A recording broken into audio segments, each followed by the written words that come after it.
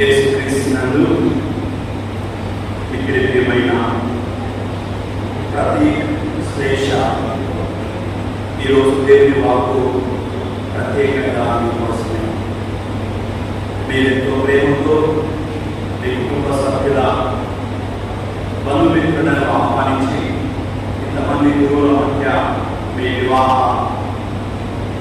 మహోత్సవాన్ని కొనియాడడం అభినందనీయం. దేవుడు ఈ బంధాన్ని బలపరచాలని, ఈ వివాహ ఆసక్తిలో ప్రవేశిస్తున్నటువంటి మీ ఇద్దరిని కూడా దేవుడు తన కృపతో చూడాలని ఈరోజు మనం విన్నటువంటి దేవుని వాక్కును ధ్యానిస్తూ వివాహ ఆసక్తిలో ప్రవేశిస్తున్నటువంటి మీ ఇరువురితో ప్రభు మాట్లాడాలని, మీ దాంపత్య జీవితంలో ప్రభు మీతో పాటు ప్రయాణం చేయాలని మేమంతా ఆకాంక్షిస్తూ ఆ వాక్కు హృదయంలో నాటబడి ఫలించినట్టుగా ఒక నిమిషం మౌనంగా ప్రార్థన చేస్తుందాం. పరిశుద్ధులను సర్వశక్తుల ప్రేమ దేవా, ఈ పవిత్ర వివాహ అంతస్తులోనికి మీరు ఆహ్వానించిన మీ బిడ్డలు ప్రతి శ్రేషలను దీవించండి. ఇప్పటి వరకు వారిరువురు తమ తల్లిదండ్రులతోనూ మరియు ఒంటరిగా ఉన్నారు. సృష్టి ఆరంభంలో మీరు వాగ్దానం చేసినట్టుగా నరుడు ఒంటరిగా ఉండటం మంచిది కాదని నరుడికి తోడును ఇవ్వగలిగి నాడిని సృష్టించారు. ఆనాటి నుండి ఈనాటి వరకు కూడా మీ పవిత్ర సంకల్పంలో ఏకమవుతున్న యవనస్తులు ఆయా భక్తులుగా స్త్రీ పురుషులు మీ సన్నిధిలో మీ దీవెనలను పొందుతున్నారు. ప్రభువా, ఈరోజు ఈ పవిత్ర అంతస్తు ద్వారా మరొక కుటుంబము మీ మహిమకరముగా నిర్మింపబడుతుండగా వీరిరువురి కోసం ప్రార్థిస్తున్నాం. ఈ పవిత్ర సాంఘ్యంలో మేము ఆలోచించిన పరిశుద్ధ వాక్కు ధ్యానించుతుండగా మా హృదయాలను ఇవ్వండి. ఇక్కడున్న ఈ ఇరువురు ప్రతి శ్రేష్ఠులను దీవించండి. మీరు వాక్కు ద్వారా వారితో మాట్లాడండి. వారి జీవితాలను అధికముగా నిర్మించుకోవడానికి మీ శక్తిని అపారంగా దయచేయండి. ఓ యేసుక్రీస్తు ప్రభువా, మీరు సంఘమును ప్రేమించారు, భర్త భార్యను ప్రేమించాలన్నారు. సంఘం మేము గౌరవిస్తుంది, అలాగే భార్య భర్తకు లోబడి జీవించాలని వాక్కు ద్వారా నేర్పిస్తున్నారు. ఈరోజు ఈ పవిత్ర కార్యంలో మీ వాక్కు మీ ఇరువురి అంతరంగంలో శాశ్వతంగా ఉద్ధరించుకొని ఈ మనవులన్నింటినీ మా ప్రభు మా రక్షకుడైన తాన యేసు పరిశుద్ధ నామమున ప్రార్థిస్తున్నాం తండ్రి. Praise the Lord. యేసుక్రీస్తునందు ప్రియమైన శ్రేష్ఠ మిమ్మల్ని అభినందిస్తున్నాం. ఈ చివరి క్షణంలో మరికొన్ని నిమిషాల్లో మీరు ఇద్దరుగా కాక ఒకరిగా ఈ ఆలయం నుండి మీ ఇంటికి వెళ్ళబోతున్నారు. ఈ సందర్భంగా ఒకసారి పరిశుద్ధ గ్రంథ ఆధారంగా వివాహం, వివాహ జీవితం, వివాహంలో దేవుడు ఏం మాట్లాడుతున్నాడు, వివాహంలో ఎలా ఉండాలి, ఎలా ఉండకూడదో కొన్ని విషయాలు మీకు పరిశుద్ధ గ్రంథ ఆధారంగా నేర్పించబోతున్నాను. అంతేకాకుండా వివాహ కోర్సులో ఉన్న ప్రియ సహోదరులారా, మీ అందరికీ కూడా ఈ పవిత్ర వాక్కు మిమ్మల్ని మీరు పునఃపరిశీలించుకోవడానికి అవకాశంగా స్వీకరిస్తారని భావిస్తున్నాను. మొట్టమొదటిగా వివాహము దైవిక ఒప్పందం. ఈ లోకంలో చాలా ఒప్పందాలు ఉన్నాయి. బిజినెస్ ఒప్పందాలు మరియు కాంట్రాక్ట్ వర్క్స్ మరియు ఇరువురు మధ్య ఒక కాలము కలిసి ఉన్నామని, మరి కొంతకాలము మంచి జరిగినప్పుడు ఇంకా కొనసాగించాలని, ఇలా స్నేహితుల బంధం, వ్యాపార బంధం మరియు దాంపత్య బంధం, రకరకాలైనటువంటి బంధాలు బంధుత్వాలు ఉన్నాయి. అయితే వివాహం ఒక్కటే దైవిక ఒప్పందంగా బైబిల్ చక్కగా మనకు వివరిస్తుంది. వివాహం అన్నింటిలో ఘనముగా ఉండాలని దేవుడు రాయబడినటువంటి లేఖలో ఈరోజు మీరు అందరికీ ఇచ్చినటువంటి ఈ పుస్తకంలో మొదటి దైవది దేవుడు రాయబడిన లేఖ 13వ అధ్యాయం 4వ వచనంలో వివాహం అందరి చేతను గౌరవింపబడవలెను. చాలా సందర్భాల్లో మనం దేవుడు వాక్కు ఆకలికొని ఆడుతున్నాం. కానీ మీరు అదే 4వ వచనం ఈ వాక్కు తర్వాత ఏమవుతుందంటే అది నిష్కాల్వశముగా ఉన్నారని. ప్రియారా, వివాహం ఘనమైనది కాదని ఎవరు అన్నారు, కానీ అది ఎందుకు ఘనంగా ఉంటుంది? నిష్కల్మషముగా మీరు మీ జీవితాన్ని కాపాడుకోగలిగినప్పుడు. కనుకనే వివాహం ఘనంగా చేస్తున్నారు, కానీ నిష్కల్మషమైనదిగా వివాహాన్ని ఉంచుకోవడం లేదు. ఈరోజు ఇంతమంది తల్లిదండ్రులు, బంధుమిత్రులు మరియు మీ కుటుంబ సభ్యులను ఆహ్వానించి వివాహం ఘనంగా చేస్తున్నారు. చాలా సంతోషం. అయితే ప్రియమైనటువంటి శ్రేష, దేవుని వాక్కు అంతటితో ఆగడం లేదు. వివాహం అందరి చేత గౌరవింపబడలేదు, అన్నింటిలో ఘనమైనది. ఇప్పుడది అది నిష్కల్మషమైనదిగా అందుచేతనే దేవుని వాక్కు పూర్ణంగా చదవాలి. దేవుని వాక్కు సంపూర్ణం. అది మనకు ఒక హెచ్చరిక, అది మనల్ని సరిదిద్దుతుంది, మన జీవితానికి సుఖానిగా ఉంటుంది. వివాహం అన్నింటిలో ఘనమైనది, అది దేవుని ఏర్పాటు, దేవుని దృష్టిలో అందమైనది, సంపూర్ణమైనది, పవిత్రమైనది, శాశ్వతమైనది. ఇన్ని గుణాలు కథోలిక వివాహంలో ఉన్నాయి. అది ఘనమైనది, అందమైనది, సంపూర్ణమైనది, పవిత్రమైనది, శాశ్వతమైనది. ఇంత గొప్ప అంతస్తులోనికి మీరు ప్రవేశిస్తున్నారు. ఈ గుణాలు బహుశా ఏ వర్ణంలో కనిపించో ఉండవు కూడా. రెండవదిగా మీ ఇరువురు ఈ రోజు నుండి భిన్న శరీరులుగా కాక ఏక శరీరంలో ఉంటున్నారు. అసాధ్యం. ఎవరు కూడా ఇరు శరీరాలను ఏక శరీరంలోని ఎలా పిలవగలుగుతారు? ఎందుకంటే ఎవరికి వారుగానే ఉంటారు. కానీ ఈ రోజు కేవలం వివాహ దివ్య సంస్కారంలో మాత్రమే దేవుని సంకల్పం ప్రకారం ఇరువురిని కూడా ఇక భిన్న శరీరులుగా కాక ఏక శరీరులుగా ఉంటారు. తెలుగులో భార్యాభర్తలు అది 2 వేరువేరుగా ఉంటే దానికి పనిచేయదు. భార్య లేదా భర్త వేరువేరుగా పిలిస్తే దాని అర్థం మారిపోతుంది. భార్య అనగానే భర్త ఉన్నదని, భర్త అనగానే భార్య ఉన్నది, లేకపోతే భార్య భర్త అన్న మాట ఉండదు. ఈ రోజు నుండి మీరు ఇరువురు కూడా ప్రతి శ్లేష భార్య భర్తలుగా మారుతున్నారంటే మీ ఇరువురు కలిస్తే దాని విలువ ఉంటుంది. అదే ఏకత్వం. త్రిత్వైకంలో దేవుడు ఎలా ఒకరొకరు వేరు వేరుగా ఉన్నా, ముగ్గురు వ్యక్తులుగా ఉన్నా ఒకే దేవుడుగా ఉన్నట్టుగా మీరు ఇరు శరీరాలుగా ఉన్నా ఒకే శరీరముగా దేవుడిని మరియు ఏకం చేస్తున్నాడు. ఇది ఆధ్యాత్మిక సత్యం. మూడవదిగా దేవుడు జతపరిచిన దానిని మానవుడు ఏర్పడరాదన్నది కథోలిక విశ్వాసం. అలాగే బైబిల్ మనం నేర్పిస్తున్నటువంటి సత్యం. ఇది దేవుడు చేసిన కార్యం అవును కాదడానికి అనుగుణం.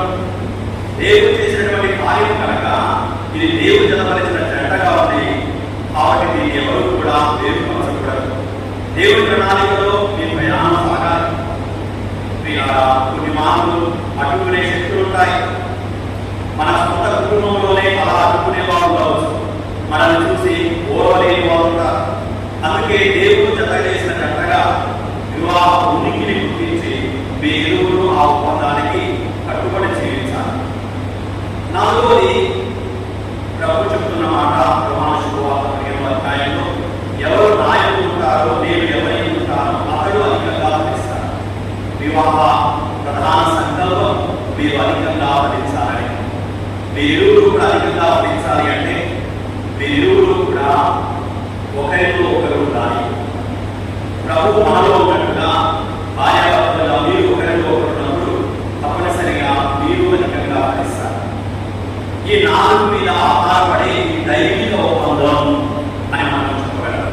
వివాహము దేవుని చేత గౌరవింపబడినటువంటి అంతస్తు.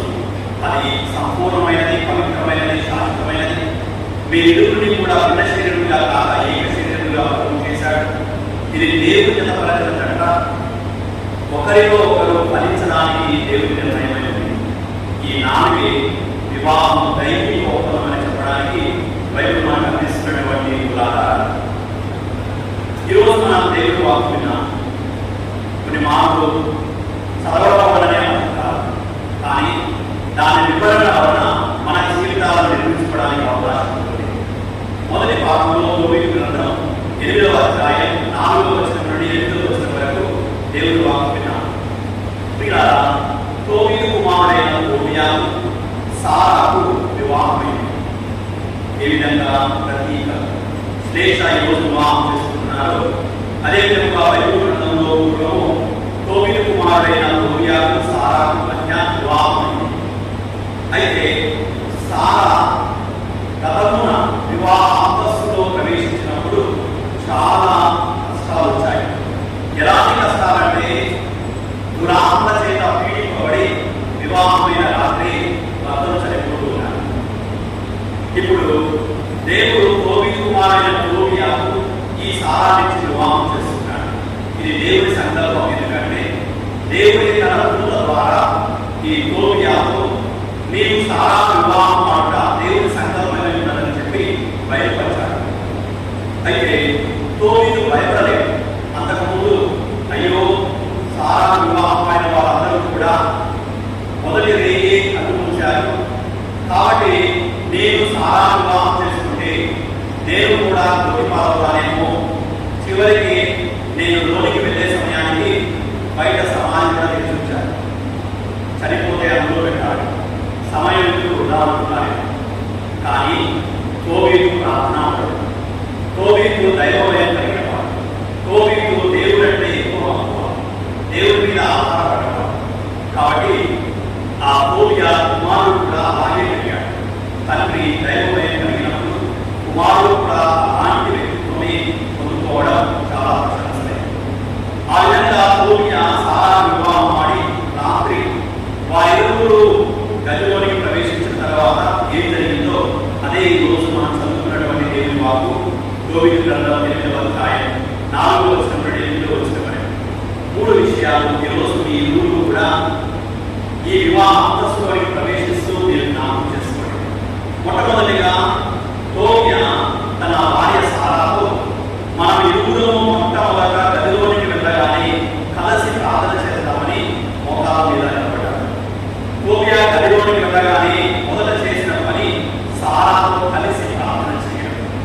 ఇలా తోబియా లేచి సారాతో ఇలా అంటున్నాడు, మన ఇరువురు దేవుడి మీద ఆధారపడడం, ప్రభు నా మీద దయ చూపిస్తాడు, మనల్ని కాపాడాలని ప్రార్థన చేద్దాం. నూతన జీవితం, దాంపత్య జీవితంలో ప్రవేశిస్తున్నటువంటి ఇరువురు కూడా శారీరక ఆకర్షణతో కాదు, దేవుడి సన్నిధిలో మోకాళ్ళపై మీ దాంపత్య జీవితం మొదలవ్వాలి. భార్యాభర్తలు కలిసి ప్రార్థించినప్పుడు దేవుడి వారి మధ్య మూడవ పాలుగా ఉంటారు. ఇప్పుడు వేయబోతున్నటువంటి ఈ దాంపత్యానికి ముందుగా ఉన్న ఈ తాడు 3 మేడలతో మీకు అందించబడుతుంది. ఒకటి ప్రతి 2 స్టేజ్ అయితే 3వది తక్కువే. దేవుడే వారి మధ్య 3వ పేటగా ఉంటాడు కనుక మీ వివాహానికి నాది ఇప్పుడు ప్రపంచంలో మన కంటికి కనిపిస్తున్నటువంటి రొమాన్స్ కాదు, దేవుడు మీకు రక్షణగా ఉంటాడు. కానీ చాలా సందర్భాల్లో వివాహం గురించి తప్పుగా అర్థం చేసుకొని వివాహం అంటే కేవలం తిరగడానికి, తాగడానికి, సంసార జీవితానికి అనుకుంటారు. కానీ తోబియా చెబుతున్నాడు, దేవుడితో ప్రార్థనలు అంటున్నాడు, కామతృప్తి కొరకు కాక మీ ఒడంబడికి లోబడి మేము ఈ అంతస్తులోకి ప్రవేశిస్తున్నాము. మీ ఇరువురు కూడా వివాహం ప్రార్థనతో ప్రారంభం కావాలని ప్రభువు ఆదేశిస్తున్నాడు. రెండవది, వివాహానికి పవిత్రమైన ఉద్దేశం ఉంది. మనం అనుకున్న ఉద్దేశాలు కాదు. ఒకవేళ కొన్ని సందర్భాల్లో అమ్మాయిని చూసినప్పుడు వాళ్ళకి బాగానే ఆస్తి ఉందా, అబ్బాయిని చూసినప్పుడు పెద్ద ఉద్యోగమే చేస్తున్నాడా, బహుశా లౌకికంగా ఆలోచించినప్పుడు లేదా అమ్మాయి భద్రత గురించి ఆలోచించినప్పుడు ఇలాంటి కోరికలు వస్తాయి. కానీ వివాహానికి అవసరమైనది ఒక పవిత్రమైన ఉద్దేశం. తోబియా ప్రార్థనలో దీనిని స్పష్టంగా చెప్పాడు. ప్రభువా, నేను కామవాంఛతో కాదు, నీ ఉద్దేశంతో సారాను స్వీకరిస్తున్నాను. ఈరోజు అన్ని కూడా శ్లేషతో చెప్తున్న మాటది, నేను దేవుడు ఇచ్చిన పవిత్ర ఉద్దేశంతో శ్లేష నేను నా భార్యగా స్వీకరిస్తున్నాను. ఇదే పవిత్రమైనటువంటి అంతస్తులో అవసరమైనది. దేవుడి దృష్టిలో వివాహం కోరికలను తీర్చుకోవడానికి కాదు, పరస్పర పవిత్రతతో ఒకరినొకరు పరలోకానికి నడిపించుకోవడానికి. ఎందుకంటే శరీరం కంటే ఆత్మకు, సుఖం కంటే పరిశుద్ధతకు మొదటి స్థానం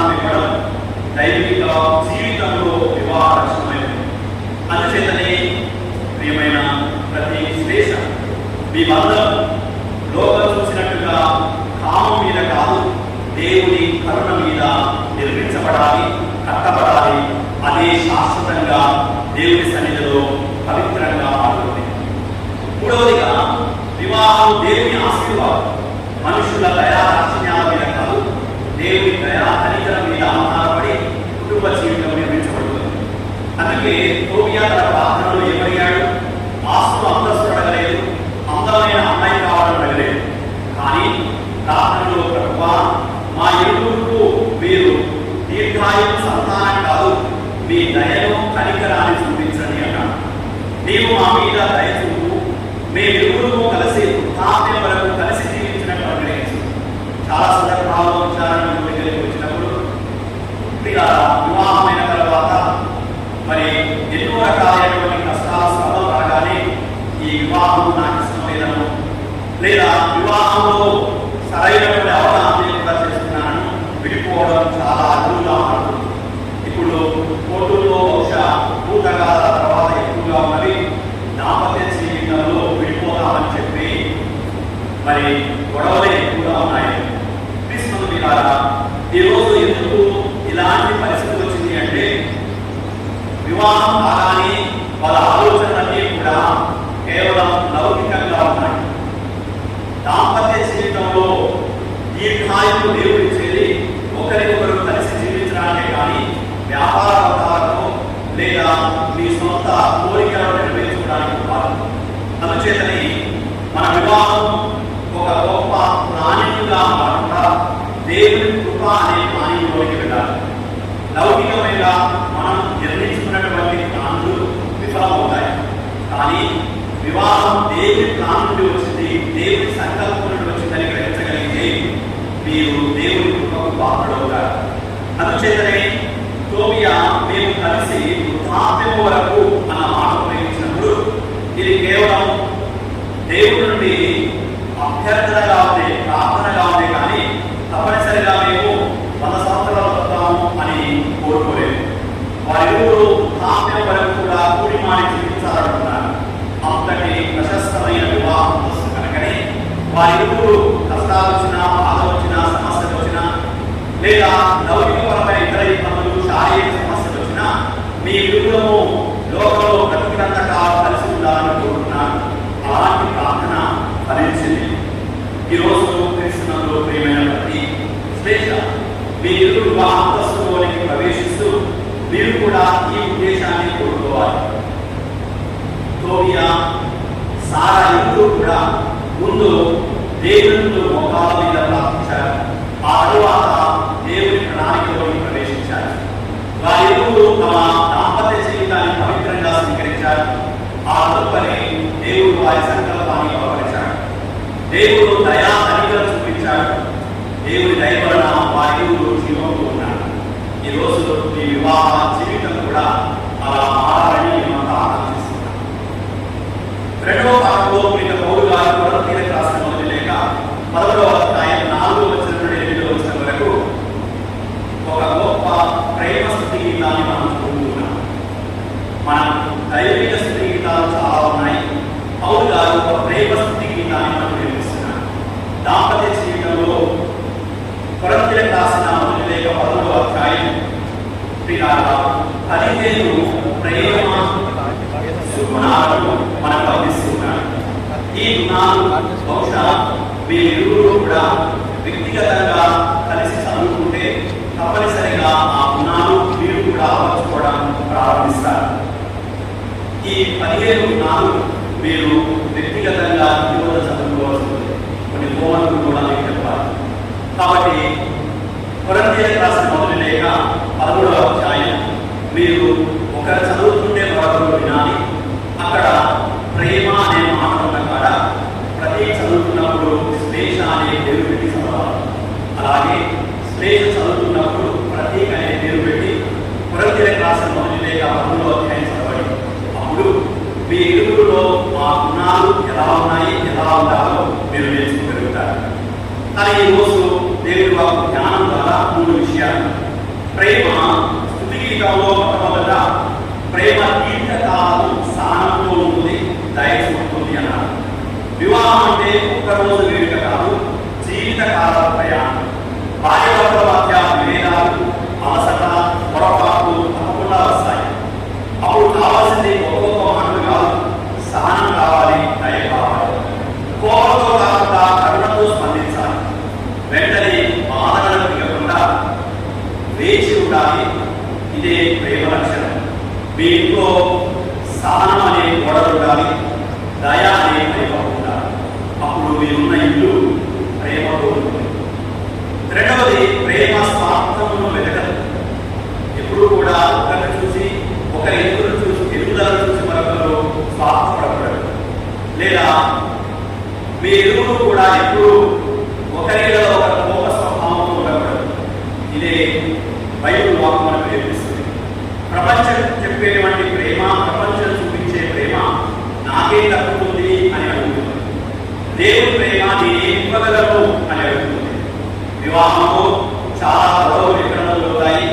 నేను, నా హక్కు, నాది అని మాట్లాడడం ప్రారంభించినప్పుడు గొడవలు ప్రారంభమవుతాయి. అందుచేత ఈ వివాహ దశలో మీ ఇరువురు స్వార్థాన్ని విడిచిపెట్టాలి, పరోపకారంగా ఉండాలి, మరొక వ్యక్తి మేలును ఆశించాలి. ఇదే క్రైస్తవ వివాహ రహస్యం. లెక్క పెట్టకుండా క్షమించగలగాలి, ఉదారంగా సేవ చేయగలగాలి. ప్రేమ తత్వం ఇదే. మూడవదిగా, ప్రేమ శాశ్వతంగా ఉంటుంది. ఒకరోజు రెండు రోజులు ఉండే ప్రేమ కాదు, ప్రేమ ఎప్పటికీ ఉండేది. అందుకే ప్రభు చెప్పారు పౌలు గారి ద్వారా, ప్రేమ శాశ్వతమైనది, అది ఎన్నడూ నశించదు, అది తరిగిపోదు. మనకు తెలుసు, వయస్సు పెద్దగా ప్రతి అందం పోతుంది, ఆరోగ్యం తగ్గుతుంది, డబ్బులు వస్తాయి పోతాయి, పిల్లలు పెరుగుతారు, పెద్ద అవుతారు, వాళ్ళు వెళ్ళిపోతారు.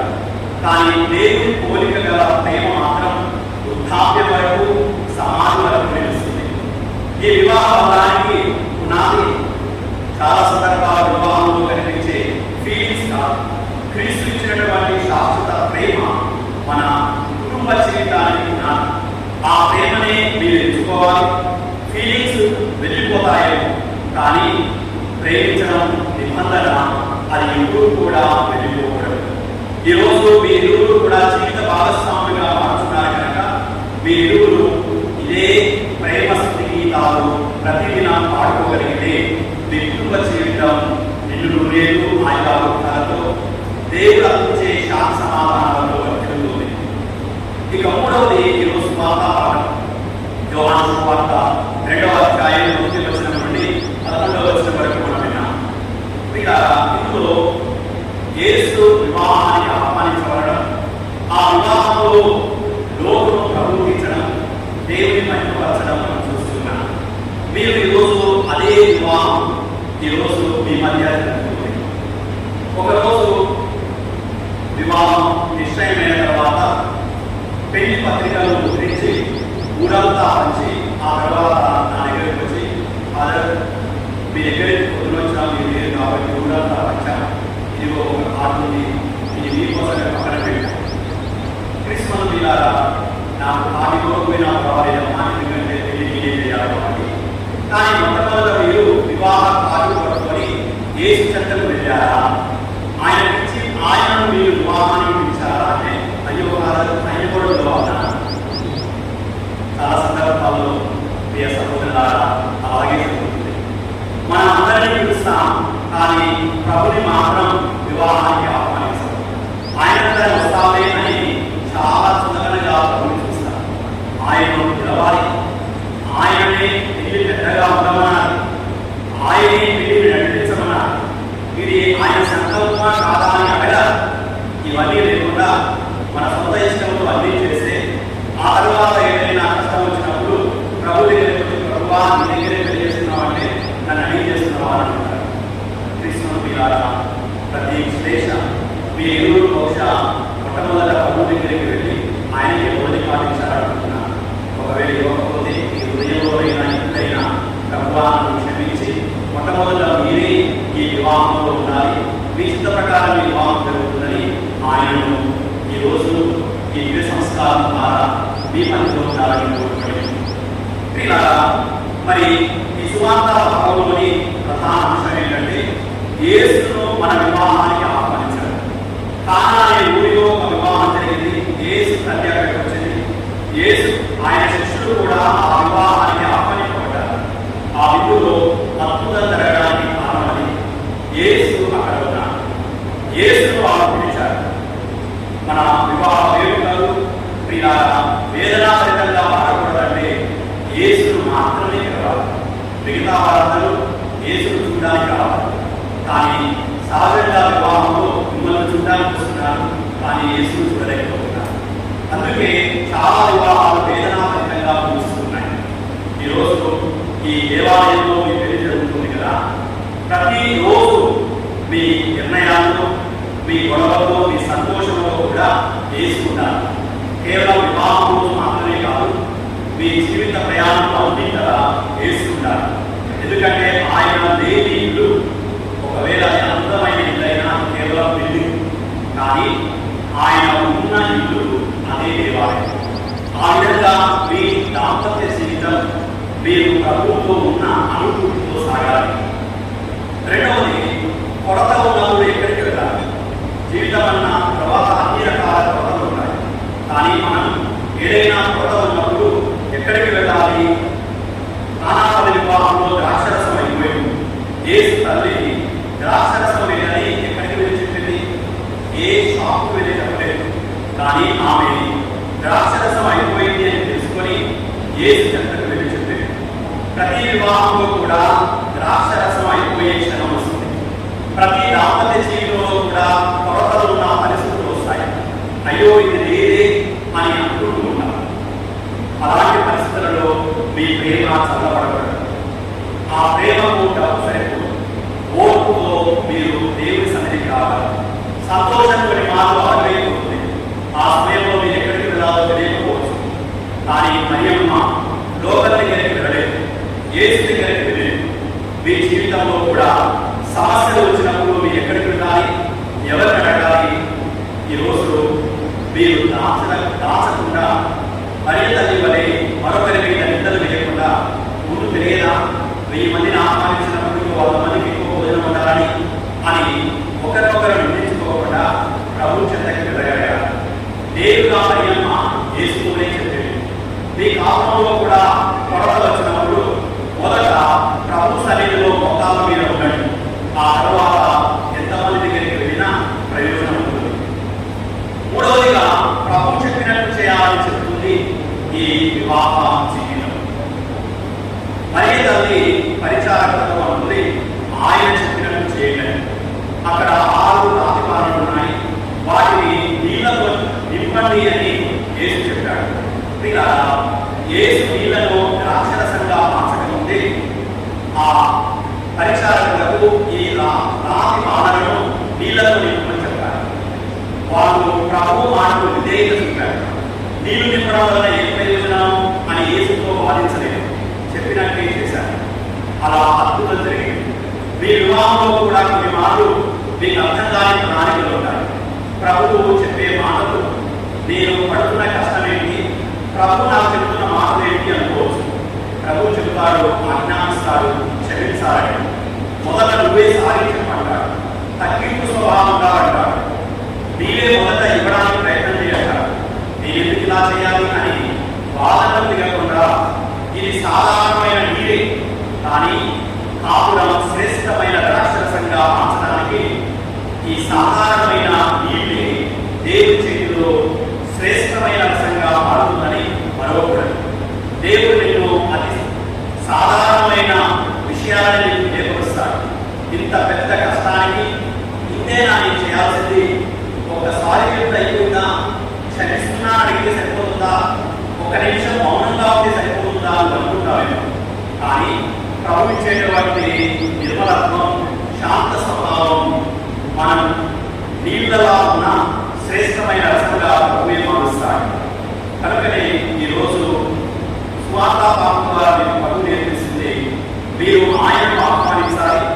కొరత ఉన్నప్పుడు ఆయనతో చెప్పాలి. ఆయన మాటకు లోబడి ఉండాలి. అప్పుడే మీ జీవితం ఎప్పుడూ కూడా దేవుని ప్రణాళిక ప్రకారం బలంగా ఉంటుంది.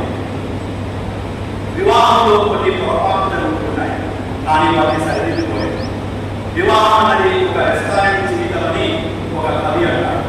ఎందుకు ఆలోచిస్తుంటే నేను కూడా ఒక సందర్భంలో ఈ అనుభవం ఎదుర్కొన్నాను కాబట్టి చెప్తున్నాను.